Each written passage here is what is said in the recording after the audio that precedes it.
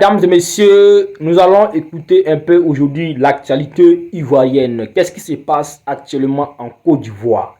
Restons branchés. Alors, camarades peuple d'Afrique, citoyens du monde, mes chers frères et sœurs, peuple du Liptako groupement. Frère, c'est ce que je vous ai dit toujours.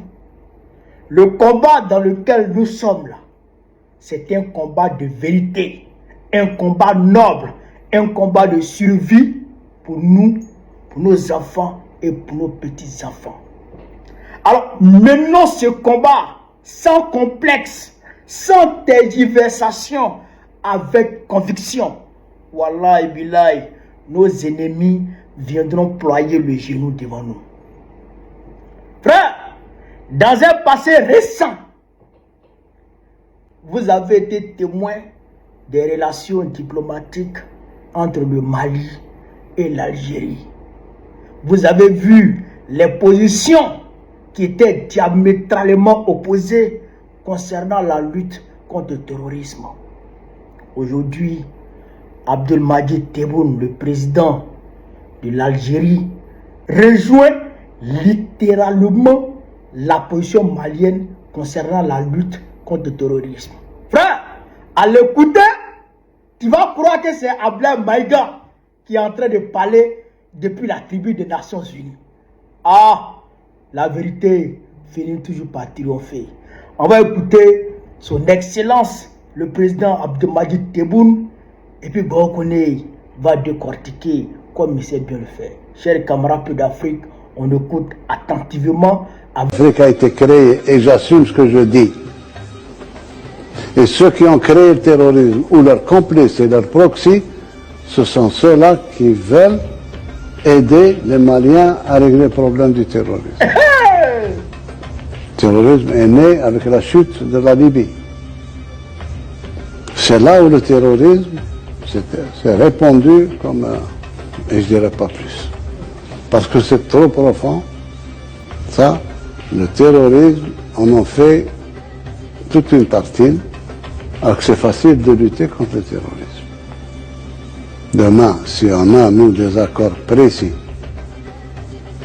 sans toucher ni à la souveraineté, ni à la vie de ceux qui ne sont pas terroristes, on peut agir ensemble.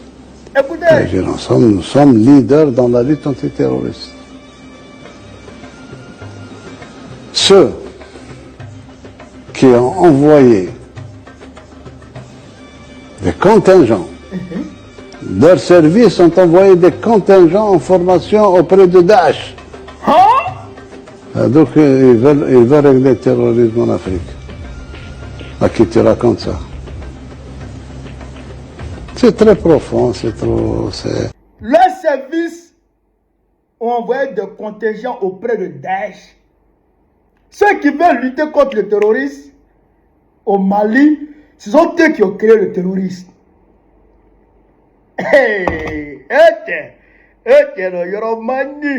Non, ce que Tebboune dit ici là, c'est pas nouveau, nous on sait. Mais le fait que ça sorte de lui sa bouche, c'est une autre chose. L'affaire, et que la vérité prend une autre dimension.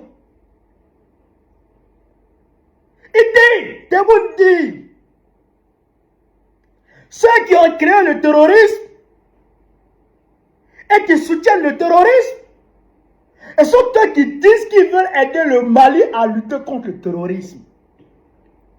Ceux qui ont créé le terrorisme, ce sont eux qui ont cassé la Libye. C'est ceux qui ont cassé la Libye qui ont créé le terrorisme. Et ceux-là envoient c'est-à-dire que leur service envoie des contingents auprès de Daesh pour former les éléments de Daesh pour venir attaquer les gens. C'est Tebboune qui dit ça aujourd'hui. Et ça renvoie au bruit de couloir du Washington Post qui dit que Trump s'apprêterait à venir liquider les terreaux au niveau du Mali. Trump et sa tête en train pintade sauvage là C'est lui qui a venu lutter contre le terrorisme au Mali. C'est ça que vous êtes en train de dire là. Toi, Trump, vous les Occidentaux, vous qui avez cassé la Libye là, c'est vous qui avez créé le terrorisme. Et vous les Occidentaux, vous envoyez vos services auprès de vous, vos services envoient des gens auprès de Daesh. Ça veut dire que vous ne pouvez pas lutter contre le terrorisme en réalité. On ne peut pas être pyromane et pompier en même temps. Ça ne marche pas. Donc là, il est en train de dire que Macron ne peut pas lutter contre le terrorisme. Trump ne peut pas lutter contre le terrorisme. Les Européens ne peuvent pas lutter contre le terrorisme. Les Occidentaux ne peuvent pas lutter contre le terrorisme en Afrique. C'est ça qu'il est en train de dire. C'est ça que Tebboune est en train de dire là. Mais en même temps, on dit une petite vérité à Tebboune. Il dit que lui, s'il y a les vrais accords, sans toucher aux souverainetés des pays, sans toucher à ceux qui ne sont pas terroristes, lui, il peut aider. L'Algérie est leader en lutte contre le terrorisme. Mais présent, avec tout le respect, parce qu'aujourd'hui on est amis, avec tout le respect, il y a la Galiviou. Il y a la Galiviou. On dit il vit en Algérie là-bas. Donc si vous voulez montrer votre bonne foi dans le cadre de la lutte contre le terrorisme, si vous voulez montrer votre bonne foi dans le cadre de l'aide au Mali et à l'AES, il faut nous donner Yaya Gali déjà. Présent. Donnez-nous Yaya Gali, donnez-nous Argabas, et c'est les terreaux. Donnez-les-nous. Là, on va comprendre que vraiment, vous voulez lutter vraiment contre le terrorisme. Mais en tout état de cause, nous, dans l'AES, nous sommes déterminés. Nous sommes déterminés. Parce que nous luttons par conviction. Et nous savons que nous avons raison.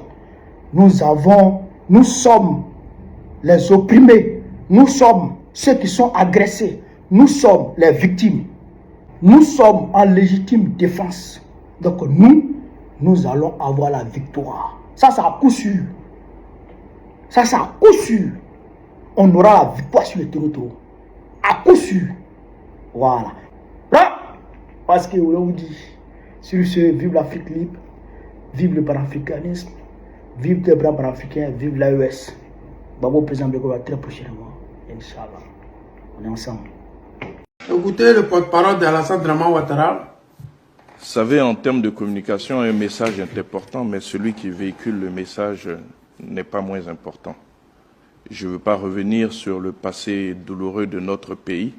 Ouais les gars, quand je pense à chaque jour qu'on danse, on dit encore du niveau de ce ce cyberactiviste du Laurent Gbagbo est en train de casser tous les secrets sur le gouvernement ivoirien. Il n'y a pas de drapeau Ouattara. Donc les gars, sans plus tarder, je vous laisse regarder la vidéo par vous-même. Veuillez liker, commenter, surtout partager la vidéo. Sur mon d'habitude, on est ensemble. Ciao. Écoutez le porte-parole d'Alassane Draman Ouattara. Vous savez, en termes de communication, un message est important, mais celui qui véhicule le message n'est pas moins important. Je ne veux pas revenir sur le passé douloureux de notre pays, mais il y a certaines personnes qui sont, de notre point de vue, disqualifiées pour tenir certains propos. Okay. Dire que l'État de Côte d'Ivoire a instrumentalisé les institutions pour en faire donc des instruments de répression peut surprendre quand on voit la liberté d'expression avec laquelle ceux-mêmes qui tiennent ces propos s'expriment. Si tant il est que nous avions transformé les institutions en instruments de répression, je ne pense pas qu'ils auraient cette liberté de ton. Il y a 10 ans, 20 ans, si ça teste. C'est déjà la première chose que je voudrais signaler. Et vous devez voir que dans ce pays, la liberté d'expression est assurée, la liberté d'expression est garantie, tout comme la liberté d'opinion. Quel pays ça? Les propos qui tiennent sont bien la preuve qu'aucune institution n'a été transformée en instrument de répression. Sinon, je ne suis pas certain que, avec des propos tels qu'ils ont tenus, ils seraient encore en liberté. C'est après ces propos que vous avez libéré C'est la Ziggy, preuve non? que chacun peut s'exprimer. Deuxièmement, quel commentaire faire sur le fait d'avoir traité l'État de Côte d'Ivoire comme État hors la loi? Ben, c'est le commentaire que j'ai fait en début. Quand vous avez été vous-même hors la loi, c'est un peu l'hôpital qui se moque de la charité. La seule chose que je peux demander, c'est que nos frères du PPAC, puisque c'est d'eux qu'il s'agit, vous avez dit que c'était au cours d'une de leurs conférences de presse, aient un discours apaisant. La Côte d'Ivoire a trop souffert des divisions. Ça On sera sait pire ce encore que après leurs votre- discours et leurs actes ont provoqué dans ce pays en 2010. Il y a eu des Ivoiriens épris de paix qui ont espéré que leur retour serait un gage de la Écoutez paix, bien la partie là. qui ont estimé que la paix ne pouvait se faire sans eux. Le chef de l'État a tout fait pour qu'ils rentrent. Le chef de l'État s'est même engagé, vous C'est vous Ouattara souvenez, qui a à fait ce que que le Gbagbo est président rentré. Laurent Gbagbo et Charles Blé Goudé rentrent. Merci, moi, Thomas. Parce que beaucoup d'Ivoiriens estimaient qu'il était important qu'ils viennent pour contribuer à la paix. Je leur demande de penser à ceux qui ont mis leur espoir en eux. Parce qu'en même temps que beaucoup estimaient qu'on ne pouvait faire la paix sans eux et espéraient qu'une fois rentrés, ils allaient contribuer à la consolidation de cette paix, beaucoup d'Ivoiriens étaient sceptiques et estimaient qu'ils n'avaient pas changé, ils ne pouvaient pas changer. Je leur demande de ne pas donner raison aux Ivoiriens qui étaient sceptiques. Je leur demande de ne pas décevoir ceux qui ont espéré que lorsqu'ils allaient rentrer, ils allaient contribuer à la consolidation de la paix. Voilà la seule chose que je peux dire. Voilà le seul commentaire que je peux faire. Je leur demande de ne pas donner raison à Les amis, vous venez Madou, d'écouter écrivain ivoirien. le porte-parole du gouvernement d'Alassane Draman Ouattara. Ces étrangers, ces envahisseurs, ces imposteurs qui sont à la tête de notre pays parce que un enfant de la Côte d'Ivoire pour la paix est allé permettre à des étrangers d'être candidats à une élection présidentielle ivoirienne.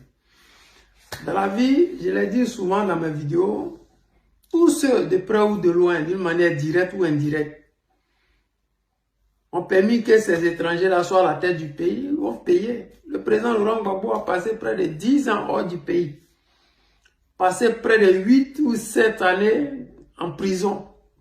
Parce qu'un jour, le président sud-africain d'alors avait dit que si vous faites de cet étranger-là ivoirien, ça ne va rien vous enlever, il ne peut pas vous gagner dans les élections. Et c'est la réalité. Ouattara ne peut jamais gagner le président Laurent Gbagbo, ni même Bédié, dans aucune élection en Côte d'Ivoire. Mais le vrai point, c'est que ils avaient leur projet à eux. Ce n'était pas d'aller aux élections, c'était juste de prendre le pouvoir par les armes. Lui donner une alibi solide pour lui permettre d'être là où il est aujourd'hui. Et l'alibi était tellement solide que aujourd'hui, on ne peut rien dire. Parce que si vous avez permis qu'il soit ivoirien et qu'il soit candidat à une élection ivoiro-ivoirienne, c'est évident qu'il nous nargue en disant que nous ne voulons pas la paix et que c'est nous qui avons créé le trouble en Côte d'Ivoire. Alors qu'ils sont venus à la tête d'une rébellion, au Golf Hotel, ils étaient là-bas entourés des rebelles. Donc, bon, il y a tellement de choses à dire ici, cette histoire récente. Mais j'ai dit, et je répète encore, tous ceux qui de près ou de loin ont permis à ce que Ouattara vienne au pouvoir, ont payé. Ce n'est pas de l'amusement. Ceux qui ont permis qu'il vienne dans le sang, ont payé par le sang. Ceux qui ont permis qu'il vienne pacifiquement, ont payé par la prison. Et le président Laurent Gbagbo fait partie de ceux-là. Même si, dans sa volonté d'avoir la paix, de trouver la paix, d'obtenir une paix juste pour la Côte d'Ivoire et pour les Ivoiriens, de permettre aux Ivoiriens d'évacuer à leurs occupations sans être stressés. Parce que quand Ouattara était dans l'opposition, le pays était divisé en deux. On ne pouvait pas aller au nord de la Côte d'Ivoire et nous n'étions pas loin d'avoir la sécession. Mais souvent, il y a certains même qui se disent pourquoi on n'a pas accepté cette sécession-là pour qu'enfin nous puissions vivre heureux. Parce que les Djoula, ils nous empoisonnent l'air. Vous ne pouvez même pas imaginer. Imaginez l'instant que on décidait à l'époque de leur donner le nord là et qu'ils prennent pour faire ce qu'ils veulent. Aujourd'hui, nous serions tranquillement en Côte d'Ivoire. Le pays serait en train de prospérer et nous serions heureux. Mais bon, on s'est entêté à vouloir avoir une Côte d'Ivoire unie. Et aujourd'hui, nous constatons que nous avons perdu des villages, nous avons perdu nos forêts, nous avons perdu tout ce qui était à nous. Aujourd'hui, nous ne sommes plus loin de perdre notre identité. Parce que si les Djoula sont députés dans la Maraoué, Djoula est député à Gagnoua, Djoula est député à Divo, Djoula est député à l'ouest. Bon, vers la fin, là, c'est notre identité, nous sommes en train de perdre. Benjerville, c'est Djoula. Bon, la Côte d'Ivoire est devenue Djoula Bougou et on ne sait pas comment faire pour pouvoir redresser la barre. C'est normal qu'ils sortent pour nous narguer, pour tenir ces gens de propos-là.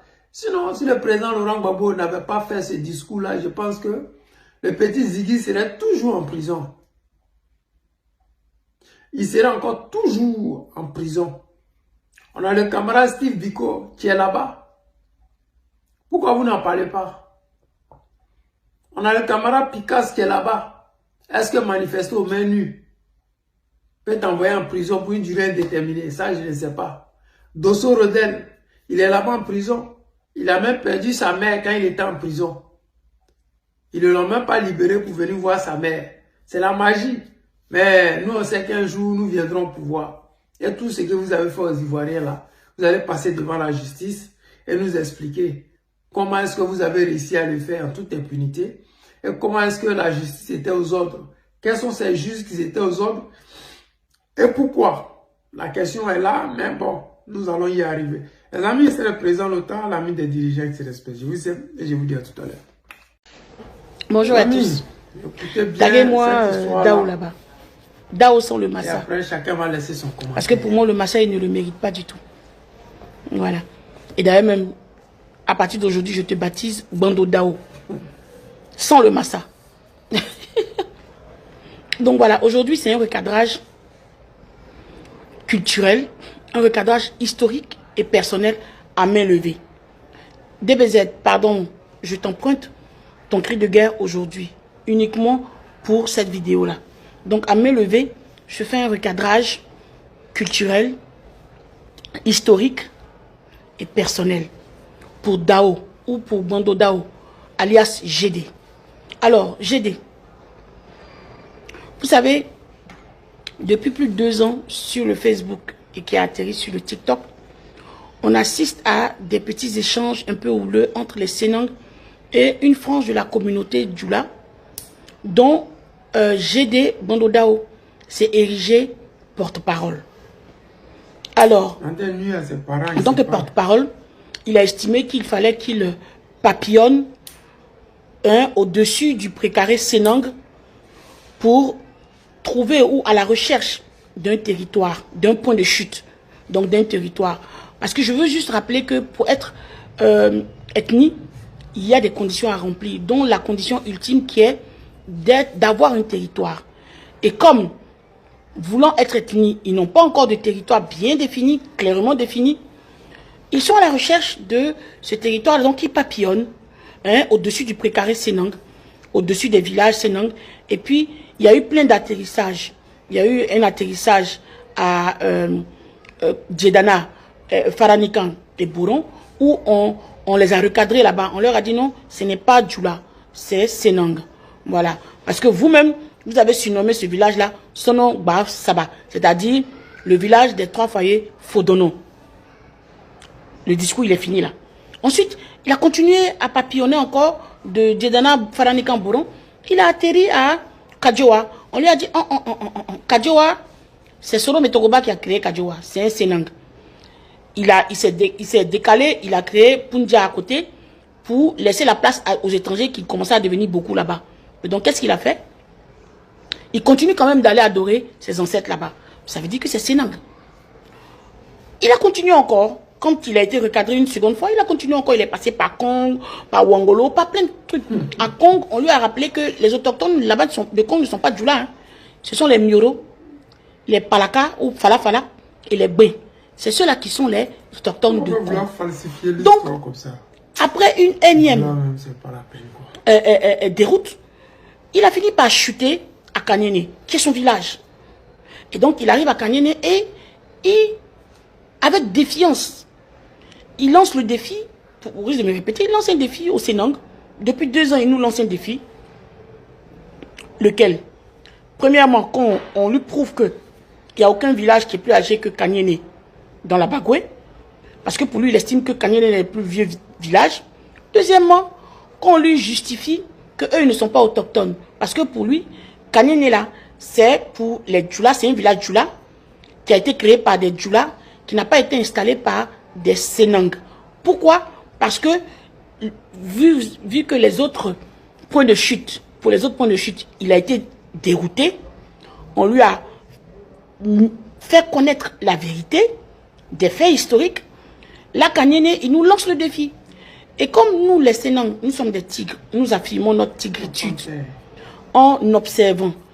On s'est dit, bon, on ne va pas suivre le mouvement parce que c'est lui qui donne le là. Non, c'est nous qui donnons le là. Donc, on ne suivra pas son mouvement. Ça ne nous intéresse pas parce qu'on estime que nous, tout ce qui se trouve dans le précaré Senang là, c'est Senang. Il n'y a pas à discuter. Il n'y a pas à tergiverser. Donc, on a laissé courir.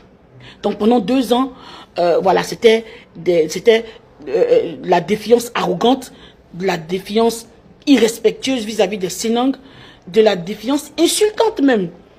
C'est-à-dire que chaque fois qu'il prenait la parole, il nous lançait ce défi-là. Venez justifier, on va avoir quelque chose. D'accord? Nous, on s'est dit, bon, au bout d'une énième sortie il y a quelques semaines, on s'est dit, bon, d'accord, on va tester quelque chose. Qu'est-ce qu'on a fait? On a pris notre bâton de pèlerin.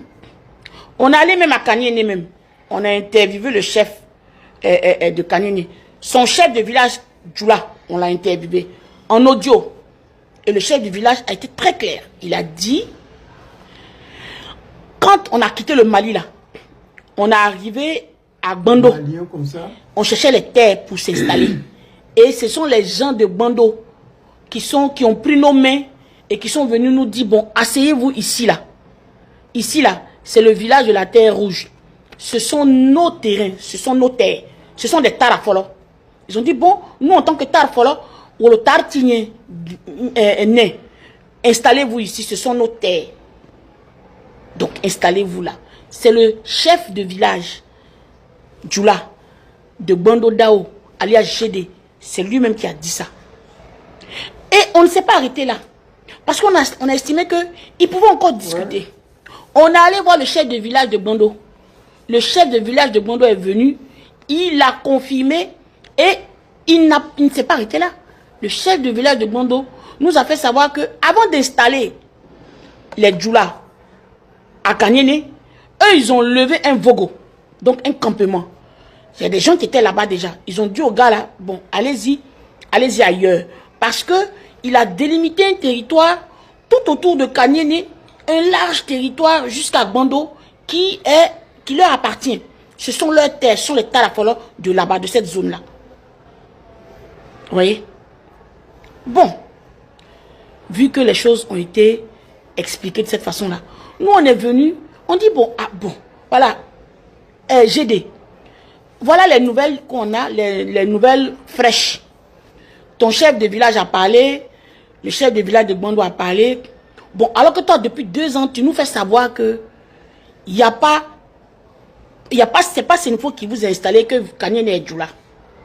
Pourtant, Kanyene même de son nom là, ça veut dire terre rouge. Kanyene de son nom là, c'est un nom Senfo, ça veut dire terre rouge. Tu dis que Kanyene là, c'est Djoula. Ok. Maintenant, nous, on te demande pardon. C'est nous, maintenant, on te lance notre défi. Parce que depuis 2 ans, tu as lancé le défi. On ne t'a pas parlé. On a relevé le défi. Maintenant, nous, à notre tour, là, il faut venir relever notre défi. On va avoir quelque chose. Il faut venir faire une interview avec ton chef de village. Où vous allez expliquer que vous êtes autochtone de là-bas, propriétaire terrien de cette zone de Kanyene, des terres de Kanyene, où vous allez expliquer votre relation avec Bando. Je suis gentil. Hein, j'ai dit. Bando Dao. Ah, oui, pardon. C'est notre défi à nous, les Sénang. On te demande pardon. Pas les Ivoiriens. Wallahi Bilay. Pour toi-même, pour vous paraphraser. Si tu relèves ce défi-là, je te remets le massa. Wallahi Bilay. Tu relèves ce défi, je te remets le massa. Fais interview à ton chef de village. Expliquez-nous, justifiez, confirmez que vous êtes les propriétaires terriens de Kanyene. Personne ne vous a installé. Comme tu aimes bien faire ton discours là. Et puis comme tu sais bien interviewer les chefs. Et puis expliquez-nous la relation que vous avez avec Bando. Si tu as fait ça là, je te remets le massa. En tout cas, c'était un recadrage historique et culturel à main levée. Tu as bien fait. C'est pas par là, ouais. Je voulais juste qu'on clarifie les choses. Parce que il y a un moment donné, il faut remettre l'église au centre du village. On laisse courir les choses alors que c'est pas encore très cadré. Donc, remettons l'église au centre du village. Cette vidéo-là, elle sert à ça. Taguez-moi Bando Dao, alias GD. Et puis, passez-lui le message. On l'attend. Faut pas, il va se cacher derrière d'autres choses. On a qu'à venir nous justifier maintenant. Juste rappeler que quand on nous crie, oui, venez nous déloger, c'est pas que c'est pas possible, hein, mais le Sénang n'a pas que ça à faire. Lever les villages, là, c'est pas ça, c'est pas notre rôle, c'est pas notre travail. Je voulais juste rappeler ça. Bonne journée. Les amis, vous avez écouté la vidéo de cette jeune dame-là. C'est important parce que j'ai dit souvent que en Côte d'Ivoire, les Ivoiriens n'aiment pas les problèmes. Mais si vous voulez chercher les noises, vous allez les avoir en haut et en haut et en grand caractère, en couleur. Demandez aux Libanais, qu'est-ce qui n'a pas marché? Les Libanais vivaient paisiblement en Côte d'Ivoire. Ils faisaient les trucs, personne ne s'occupait d'eux. Un Libanais est sorti avec arrogance, mépriser les Ivoiriens, humilier les Ivoiriens, dire aux Ivoiriens, on ne peut rien créer, lui sera candidat. Et les Ivoiriens ont commencé à taper, jusqu'à aller là. Tous les cyberactivistes libanais, tous ont porté disparu. Le volontariat, d'après eux qui faisaient, les dons qu'ils faisaient, ils ont un peu serré, ils ont diminué.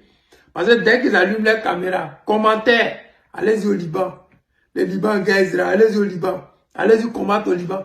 Ils disent qu'ils sont Ivoiriens, ils n'ont pas Ivoiriens. Mais les Ivoiriens ne les considèrent pas comme tels. On les a tolérés. Tolérer quelqu'un ne veut pas dire avoir peur de lui. Tolérer quelqu'un ne veut pas dire que tu ne sais pas ce qu'il fait. C'est juste que tu trouves pas trop, tu donnes pas trop de l'importance à ce qu'il fait. Voilà pourquoi les Libanais faisaient tout ça là. On disait à eux là, laissez-les. Mais quand le Libanais dit va devenir maire, on a commencé à les prendre au sérieux. C'est même chose comme les Djoula. Actuellement au nord, là, les Djoula, ils vont bientôt les chasser du nord. Ils vont se retrouver dans les pays d'origine. Les pays d'origine qui renient là. Il va arriver un moment où les Sénifos vont leur montrer la route de leur village. Vous avez vu Petit Bangouin qui a commencé là. Où ils les ont frappés jusqu'à ils ont traversé le village. Ils ont fui le village là. C'est comme ça. Parce que votre arrogance là, ça finit par énerver les gens. Votre mépris, votre ingratitude là, ça finit par énerver les gens. Parce que tous ceux qui étaient hier gentils avec vous, tous ceux qui vous ont dit, ah, laissez-les là, ils ont commencé à vous prendre au sérieux. Alors que quand tu prends ton adversaire au sérieux là, tu ne lui donnes pas le temps. Mais quand tu négliges quelqu'un, c'est là qu'il peut sortir dans le dos. Les Djoula là, nos parents sénifaux, ils vous ont négligé. Parce qu'ils se sont dit, vous avez faim. Et qu'eux, ils ont des terres. Ils peuvent vous loger, ils peuvent vous donner à manger, ils peuvent soigner vos enfants, ils peuvent vous envoyer à l'école. Mais bizarrement, comme l'ingratitude, c'est dans le sang, vous ne pouvez pas vous empêcher d'être ingrat. Regardez Alassane Draman Ouattara. C'est le typique du Djoula qui est là. Tous ceux qui l'ont envoyé au pouvoir, ils sont où aujourd'hui? S'il les a pas déjà, ils sont en exil. C'est ça le typique du Djoula. C'est-à-dire que l'ingratitude là, c'est calé dans les visages comme ça. Je les vois, non, ne vous mélangez pas, les Koyaga, les Maoka, ne vous mélangez pas. Ben, c'est vous tous là qui avez donné poids à ces gens-là. Ou bien, la jeune fille là, c'est qu'elle a dit là. Faut sortir, qui a dit que c'est pas ça. Vous étiez bien à l'aise dans le pays là. Tout allait bien. Vous avez pris le pouvoir. Vous n'avez même pas été intelligent. Le même pouvoir que les autres ont pris et puis on partageait là. Vous avez pris le pouvoir, c'est devenu pour vous seul. Vous avez pris le pouvoir là. C'est devenu pour vous seul. Administration en ce moment là. Ça parle du là. Dans l'armée, ça a pris comme si ce n'était pas un pays laïque. Aujourd'hui, partout, on voit que des djoulas. Et vers la fin, ça a commencé à énerver les gens. Vous avez commencé à nous sortir par les ports. Parce qu'on n'en peut plus. Et ce n'est pas sérieux. Une minorité ne peut pas se faire passer pour une majorité. Ce n'est pas parce qu'il y a djoula à Gagnoua, il y a djoula à Boisflé, ce qui veut dire que vous êtes majoritaire. Parce que djoula veut dire étranger chez nous. Djoula là, ça veut dire étranger. Et la preuve est là. Jusqu'à présent, vous n'avez même pas de terre. Vous êtes à la recherche de villages. Donc, quand est-ce que vous aurez une ville alors? Si allez là, vous dites que vous êtes propriétaire terrien, que Djoula, c'est une ethnie de Côte d'Ivoire. Ok, où est votre village? Où est votre ville? Parce qu'en Côte d'Ivoire que nous connaissons, nous avons 60 ethnies. Et chaque ethnie a au moins une grande ville. Donc, vous là, où est votre grande ville? Vous n'allez pas prendre Séguéla. Vous n'allez pas prendre Korogo. Vous n'allez pas prendre Feke. Donc, quelle est votre grande ville? C'est ça là. C'est là que ça se passe. Parce que vous n'êtes pas encore prêts. C'est juste que c'est de l'arrogance. Vous voyez? Comme les réseaux sociaux, les gens vous humilient en disant vous n'avez pas de village. Vous êtes obligé d'aller prendre le village de nos parents s'il faut. Mais ils ne vont pas vous faire ça cadeau. Hein. Au contraire, si vous ne vous arrêtez pas, ça va s'empirer. Ils vont même devoir vous chasser des soi-disant villages. Parce que les terres, c'est comme ça. Vous, quand vous logez quelque part, vous dites que c'est pour vous. Djoula de Daloa, vous n'avez pas honte, c'est chez les Bété. Djoula de Boisflé, non, c'est chez les Gouro.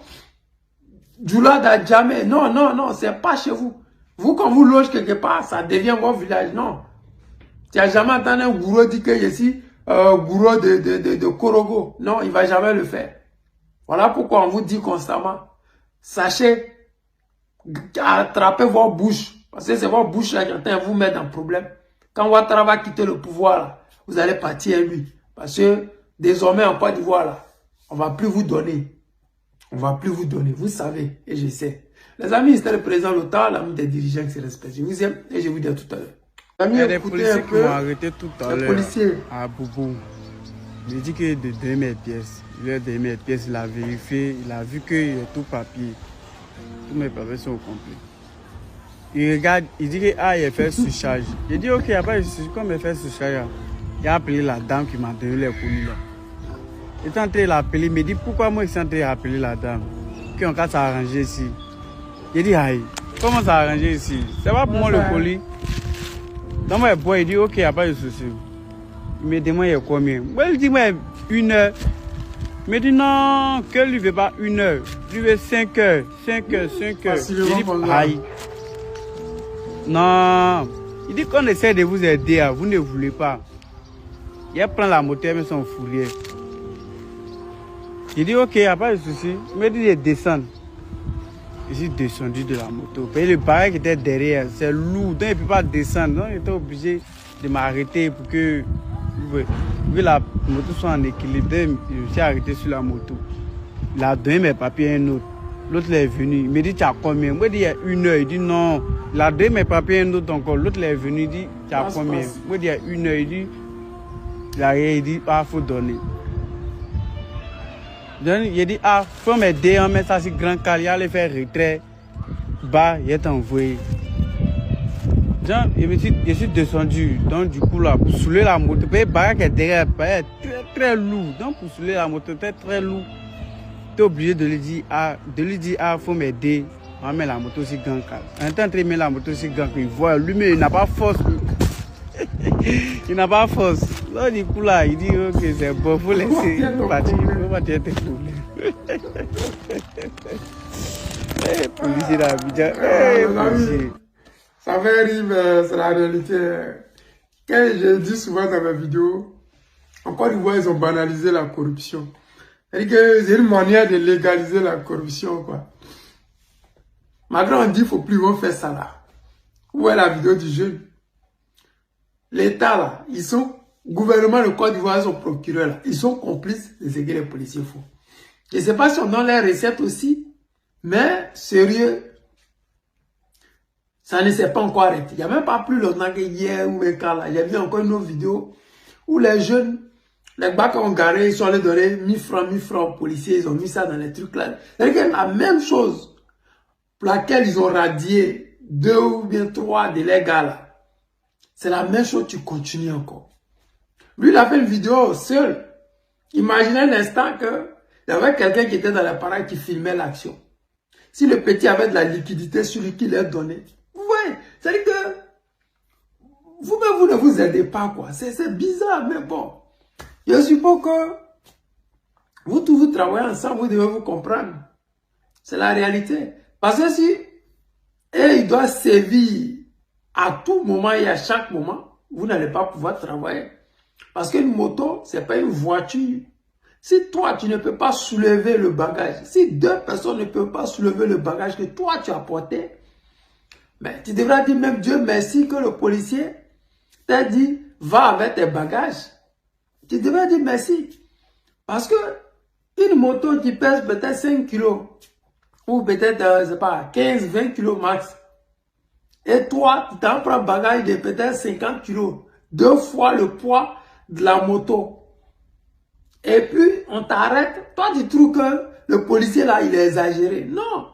Tu dois même prier Dieu que tu puisses croiser encore davantage de policiers comme lui qui sont compréhensibles et qui tolèrent. Parce que là, le policier t'a toléré. Il faut qu'on se dise la vérité.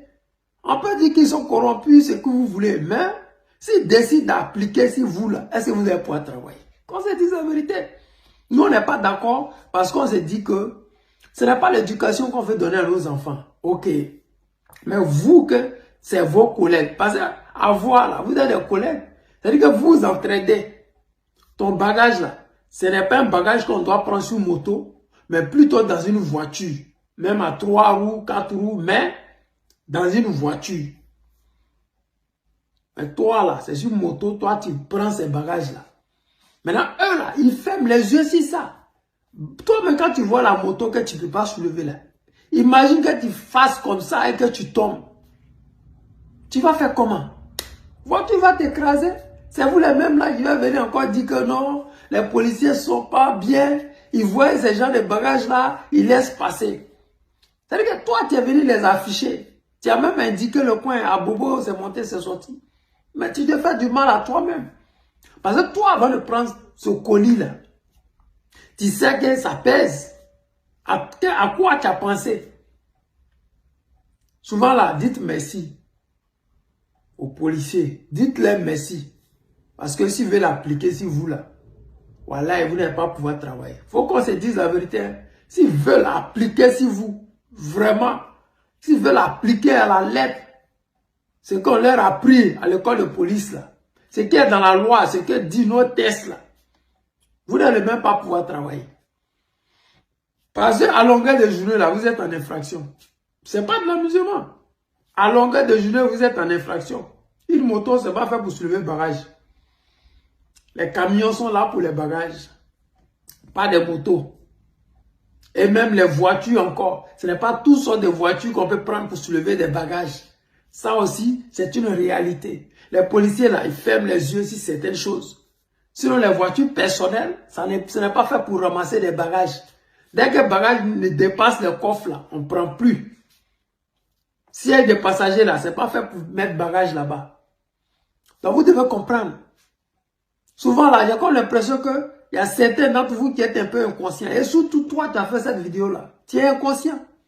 Parce que tu penses que c'est les policiers là qui sont en tort. Ils sont en tort, oui. Mais pas devant toi. Pas comme toi, tu penses qu'ils sont en tort là. C'est pas ça là. Le fait que, ce qui fait que moi j'ai dit ils sont en tort, c'est d'avoir voulu prendre de l'argent avec toi. C'est-à-dire 1000 francs, ils t'ont même demandé 5000 et tout ça. Mais, toi, tu es plus fautif que eux. Parce qu'une moto, ce n'est pas fait pour soulever des bagages. Il faut que tu comprennes ça. C'est parce que nous sommes dans un pays pauvre, sous-développé. Nous sommes, bon, pas pauvre, sous-développé, voilà. Parce que pauvre, c'est trop mal poli, quoi. La Côte d'Ivoire n'est pas pauvre. La Côte d'Ivoire est immensément riche.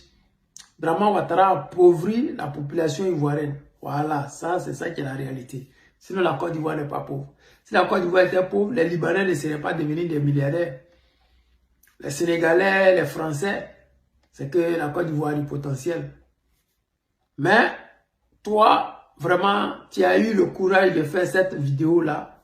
Il faut te revoir, mon frère. Il faut vraiment te revoir. Moi, je soutiens votre cause. Mais le tout, si là, moi, je ne suis pas d'accord avec toi. Il faudrait que tu t'arranges pour effacer cette vidéo-là. Il ne faut même plus avoir à l'idée de faire ce genre de vidéos. Parce que dès lors qu'ils ont dit qu'il faut partir là, toi, tu dois prier Dieu. Ou bien tu penses que tu es trop dans ton droit et puis eux là, c'est eux qui ne sont pas dans leur droit comme ils ont besoin d'argent. Non, ils sont dans leur droit. Maintenant, le fait de te demander l'argent là, c'est parce qu'ils veulent fermer les yeux, que le policier ait fermé les yeux sur ton infraction. Toi, tu devrais dire Dieu merci. Tu devrais même implorer tous les dieux de tes ancêtres pour leur dire vraiment merci. Sinon, s'ils ont dit, tu leur donnes 5000 ou rien là. C'est 5000 ou rien. Et ils vont prendre ta moto, ils vont mettre en fourrière. Tu as une infraction. C'est-à-dire qu'au lieu de payer 5000, tu vas payer toute la journée. C'est ça la réalité. Soyez souvent intelligents. Et ne pensez pas que c'est partout, il faut faire des vidéos. Voilà, il y a des vidéos qui vont plus te nuire que t'apporter le bonheur. Il y a souvent, quand tu penses qu'en voulant être trop intelligent, tu finis par tout perdre. Parce que si les policiers là, si le dernier n'était pas compréhensible, tu allais voir qu'ils allaient prendre ta moto, mettre en fourrière, bagage, vous tous, l'autre côté. C'est ça la réalité. Les amis, c'était le président Lota, l'ami des dirigeants qui se respectent. Je vous aime et je vous dis à tout à l'heure. Voilà. Cette histoire de correcteur, chers amis, chers parents d'élèves, surtout, j'interpelle les parents d'élèves. Il paraît qu'il y a une association des parents d'élèves. Il est temps que vous puissiez vous lever et prendre ce dossier à bras le corps. Rencontrer le ministère de l'Éducation nationale et discuter, surtout le ministre. Cette vidéo aussi, c'est pour monsieur le ministre. Vous venez d'arriver à la tête de ce département. Et les gens, dans leurs vieilles habitudes, vont vous faire échouer dans votre mission. Quand j'ai publié ma vidéo, qui a eu plus de 1 700 000 vues, plus de 265 000 likes, plus de 14 000 commentaires et même, non, plus de 10 à 15 000 commentaires et plus de 14 000 partages, j'ai reçu encore certaines informations et je vais vous partager ces informations. Il y a quelqu'un qui a réagi, qui m'a fait penser qu'il était enseignant. Il m'a dit, oui, vous pensez que ce sont les enseignants du privé qui sont mauvais, ce sont les enseignants plutôt du public qui sont mauvais. Moi, je ne rentre pas dans ce genre de débat. J'ai parlé d'enseignants du privé, je vais vous donner la raison tout à l'heure. Mais dans ses propos, il m'a fait entendre que eux, en tant qu'enseignants, ils n'ont pas de temps à perdre sur la copie d'un élève. Quelqu'un qui aurait pris 9 mois, dont les parents auraient payé même souvent 1 million, même plus pour la scolarité de leur enfant. Moi, la scolarité de mon fils, c'est 500 000 francs, plus. Sans compter les autres frais, je me retrouve presque à 1 million par an. En prenant les charges, tout, nourriture, transport. Là, c'est moins cher. Pas pour me vanter, mais à certains enseignants, comme celui qui a parlé, je ne pense pas qu'ils puissent mettre ce même montant dans l'éducation de son enfant. Et ils sont nombreux, ces parents, qui font même plus que moi, au moins en fonction de leurs moyens. On se sert, on se prive pour nos enfants. Et lui qui me dit, on n'a pas le temps à perdre sur la copie d'un élève quand on n'arrive pas à trop bien lire sa copie. Ça veut dire qu'on vient, on regarde, il voit que l'enfant est écrit d'une certaine manière, il est énervé, il barre, il donne une note et il est parti. Un autre qui vient, lui, tellement je ne suis pas, je vais dire, un habitué de ces captures d'écran, de faire ceci, mais j'aurais dû le faire. Et ça se trouve, si vous fouillez, vous allez voir peut-être la vidéo d'un vieux, un enseignant qui a du mal même à s'exprimer, comme s'il bègue ou je ne sais pas, qui parle relâché, je vais dire, qui dit que nos élèves, que nos enfants sont nuls à l'école. Il va même jusqu'à insulter les parents. Que si les parents réagissent de cette manière, ne soyez pas surpris que les enfants échouent au bac ou soient nuls comme leurs parents. Regardez la profondeur, regardez le niveau dégradant de sa réaction. Et qui dit qu'à la fin de chaque trimestre, les élèves les côtoient, les élèves les interpellent. Monsieur, donnez-nous plus de, mettez des plus sur nos moyennes. Donc, vous mettez des plus sur les moyennes des élèves, sachant qu'ils n'ont pas le niveau. Mais qui est dangereux entre vous et l'élève? Est-ce l'élève qui vous commande? Et il va plus loin en disant que en classe, les élèves trichent. Donc, à l'examen, ils n'ont pas le temps de tricher. Donc, les élèves trichent tout le temps, toutes les 12, 13, 14 de moyenne, ceux qui sont bons dans les matières, ils trichent tout le temps. C'est pas vrai. Donc, que les élèves trichent, et donc à l'examen, ils n'ont pas le temps de tricher, c'est pour cela qu'ils ont ces moyennes. Tout ça pour se cacher derrière leur inconscience, parce que parmi les enseignants, que ce soit du public qui ont corrigé, même du privé qui ont corrigé, il y a des professeurs conscients, des enseignants conscients et il y a des enseignants inconscients. C'est pour cela que dans une corporation, il y a toujours des brebis galeuses. Et vous le savez. Parce que comment comprendre qu'un enseignant puisse draguer son élève qui est comme sa fille et sortir avec elle et même lui faire du harcèlement sexuel, du chantage, son corps contre des notes. Ça ne vient pas des parents d'élèves. Ça vient pas des élèves, mais ça vient de vous enseignants, de certains enseignants.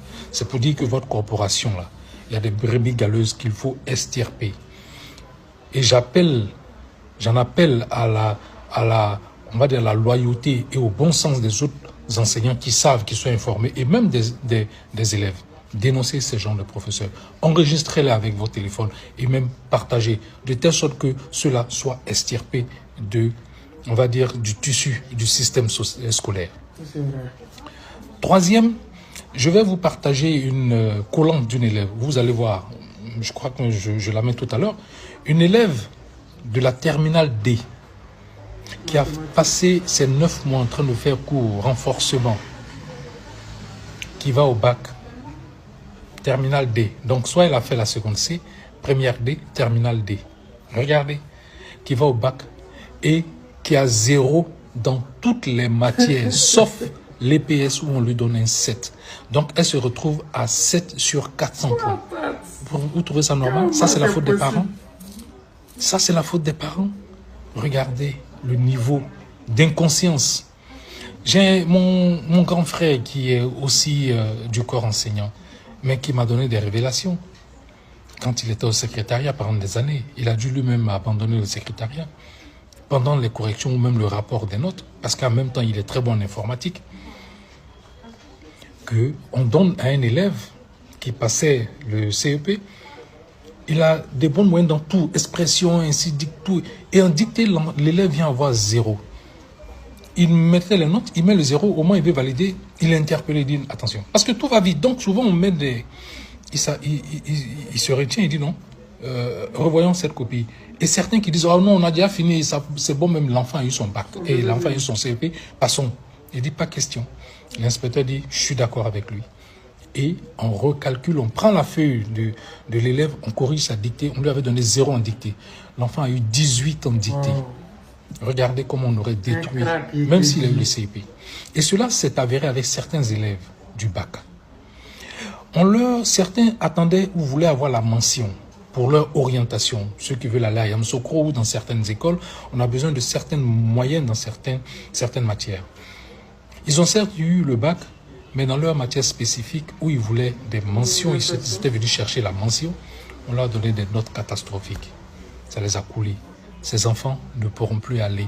Ils ont le bac, mais ils ne pourront plus aller où ils veulent. On brise leur avenir. Au nom de quoi? Au nom d'une inconscience professionnelle. Au nom d'une méchanceté. Au nom d'un gain d'argent. Parce que il faut travailler vite. Il faut corriger beaucoup de copies pour avoir de l'argent. Et je me suis rendu, comme je l'ai dit, dans ces structures où on reconnaît que les élèves ont mal corrigé et que les enseignants ont mal corrigé. Mais on ne peut rien parce que leur fameuse loi dit quand c'est fait, il n'y a plus de recorrection. Pourquoi on ne ferait pas comme le système français, c'est celui qu'on copie? permettre aux élèves de reprendre. On va nous parler donc du système de rattrapage. Mais le système de rattrapage coule les élèves avec l'inconscience de certains enseignants. Soit vous revenez à la double correction ou remettez les copies simplement. Oui. L'élève ira voir à l'ENA, ça se fait. Pour le concours de l'ENA, ça se fait. Il paraît. Donc remettez les copies pour que les élèves voient où ils ont fauté avec leur professeur pour qu'ils retravaillent là-dessus. Mais non, parce qu'on sait que si on donne, là, on va découvrir. On va découvrir tout ce qu'ils ont fait de mauvais, de méchant. Et comme solution, je pense qu'il faut demander à chaque correcteur d'écrire son nom, signer les copies, le lot de copies qu'il prend. Toutefois qu'il y aura un problème, c'est lui qui est rappelé. S'il doit être renvoyé pour cette incompétence, il sera renvoyé. Parce qu'il n'a pas droit à ce système. Il n'a pas droit de donner cours, il n'a pas droit d'enseigner. Et je vais terminer sur ça.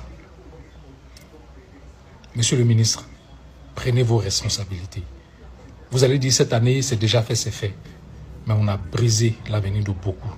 Pourquoi pendant près de 20 ans, le niveau du bac en Côte d'Ivoire, c'est autour de 30, 40. Pourquoi on ne peut pas dépasser? Est-ce que vous pensez que les élèves sont nuls et on nous fait croire que dans les lycées, les écoles privées qui sont venues aider le gouvernement, on donne des notes de complaisance? Non, c'est méchant de dire ça. C'est comme si ces élèves-là ne valent rien. Vous pensez que nos élèves ne valent rien? Non. C'est trop. Un élève qui ne connaît rien ne discute pas sur sa note. Ah, c'est vrai. Mais un élève qui est sûr de lui, parce qu'on peut être sûr de soi. Quand il finit, il dit, ici, si je n'ai pas tel moyen, j'ai tant, mais je ne peux pas descendre. Et il se retrouve en dessous.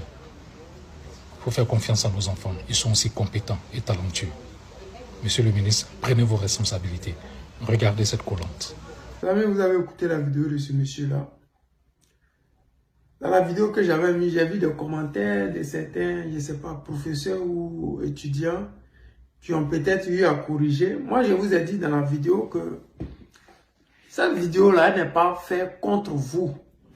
Voilà. Il ne faudrait pas que vous vous sentiez visé. Non, vous ne devrez pas vous sentir visé par mes propos ou par les propos de tout autre parent d'élève qui est en train de contester. Mais est-ce que ce n'est pas vrai ce qui a été fait? Un élève ne peut pas avoir 0 partout et avoir 7. En EPS, ce n'est pas possible. Ta présence seulement d'abord doit te donner 2. C'est-à-dire que ceux qui corrigent même là, ils ne savent même pas. Je ne sais pas.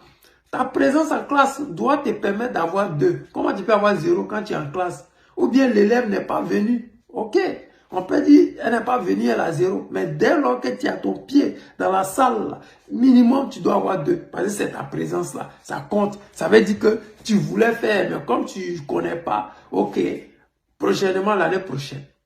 Mais vous donnez 0 à des gens comme ça. C'est-à-dire que les personnes qui corrigent là, eux-mêmes, soit c'était leurs copines, et ils ont appelé les gars entre eux, les réseaux mafieux, pour dire, bon, si vous voyez cette copie là-bas, faites comme ça. Sinon, ça n'a pas de sens. Maintenant, vous qui pensez que vous êtes visé là, moi, je ne vous comprends pas. Hein. Sérieux, je ne vous comprends pas. Si tu ne te reproches rien, pourquoi tu te sens visé? C'est comme on dit, les policiers, il y a les policiers corrompus, il y a les policiers corrompus. Ok. Mais si tu n'es pas corrompu, pourquoi est-ce que toi, tu dois te sentir visé par quelque chose dont tu ne te sens ni de près ni de loin? C'est ça que j'ai dit dans la vidéo. J'ai dit, vous qui n'êtes pas responsable de ça, vous qui avez eu vos diplômes durement, vous qui avez le niveau d'études qu'il faut pour pouvoir corriger ces feuilles-là, vous ne devrez pas vous sentir concerné par ces propos des parents d'élèves qui contestent le fait que les enfants aient eu 0. Mais n'oubliez pas que le RDA unifié RHDP a recruté des gens sous des bases que simplement le gars est Djoula. Il est Djoula, je le connais, il connaît quelqu'un qui connaît quelqu'un. On dit, bon, il y a un réseau pour corriger les feuilles. Voici ça. Hier, j'ai parlé de ça. Si l'enfant écrit mal, il faut lui donner telle note. S'il écrit bien, donne-lui telle note. Et c'est comme ça. Le gars, il ne prend même pas la peine de lire la feuille de l'enfant. Mais comme on lui a dit que si l'enfant écrit mal, il faut lui donner 0. Donc, ils mettent 0 et ils avancent. Ils sont là pour faire de l'argent. Parce que l'argent qu'il va avoir là, il va aussi donner pour le bureau. Ils vont se partager. Mais sérieusement, est-ce que vous allez vous partager l'avenir des gens? Non. Donc, vraiment, vous qui vous sentez menacé par mes propos et les propos de certains parents, ne le faites pas. Parce que vous avez vu, j'ai fait un post hier d'une dame qui m'a envoyé ça. Et qui a dit, son enfant, elle-même est choquée. Comment est-ce que c'est possible? Vous voyez, ce n'est pas que l'enfant il est bête, ce n'est pas que l'enfant il vaut rien, mais c'est juste que celui qui corrige là, peut-être, il n'a pas le niveau, il n'a pas le niveau. Mais quand quelqu'un n'a pas le niveau de faire quelque chose, c'est comme qu'il prend un élève de, je sais pas, je sais pas, des troisième pour aller corriger les feuilles des gens de BTS ou bien, je sais pas, man, le gars n'a pas le niveau, il n'a pas le niveau. Tu prends pas un élève de CM2 pour aller corriger les feuilles de bac des gens, il n'a pas le niveau. Il sait même pas de quoi ça parle. Il regarde seulement les écritures, il met 0 là où il faut. Si l'écriture, lui, le plaît, il met la note qu'il faut. Mais sérieux, est-ce que c'est dans ça qu'on va rester? Faut que les gens puissent dénoncer. Donner l'opportunité aux gens de dénoncer. Et ce qu'il a dit, et je vais terminer par là, il a dit que chaque enseignant ou tous ceux qui vont corriger les feuilles, ils écrivent les noms. Quand c'est comme ça là, s'il y a des réclamations et que cette personne-là, plusieurs feuilles sont revenues en disant réclamation, mais cette personne-là, il ne va plus jamais corriger. Il peut être enseignant, ok, mais corriger les feuilles de qui que ce soit encore, plus jamais. C'est pas compliqué. Donc vraiment, les amis, ne vous sentez pas visés par ce que nous disons. C'est vrai, parce que supposons que vous aussi, vous êtes des parents d'élèves et que vos enfants ont ce problème-là. Qu'est-ce que vous allez faire? Vous n'allez pas dire que c'est parce que c'est vos collègues que vous n'allez rien dire. Non, il y a eu des dames qui eux-mêmes étaient au secrétariat et qui ont même dit que ce n'est pas normal. Alors, cela ne veut pas dire qu'elles sont nulles. Parce que dans la vidéo du gars, il a dit que le professeur a traité les parents d'élèves de nuls, tout ça. Alors que vous avez vos collègues professeurs aussi qui ont leurs enfants qui ont échoué. Parce que d'autres collègues ont mal corrigé ou d'autres personnes que le gouvernement RDR aurait recruté parce qu'ils sont du là. Vraiment, c'est un problème. Et je veux que tous les parents d'élèves puissent aller croiser le ministre et qu'on leur remette les feuilles pour voir. Si on doit recorriger, qu'ils le fassent. Mais vraiment, les gars, revoyez ça. Les amis, c'était le président Lota, l'ami des dirigeants qui se respectent. Je vous aime et je vous dis à tout à l'heure.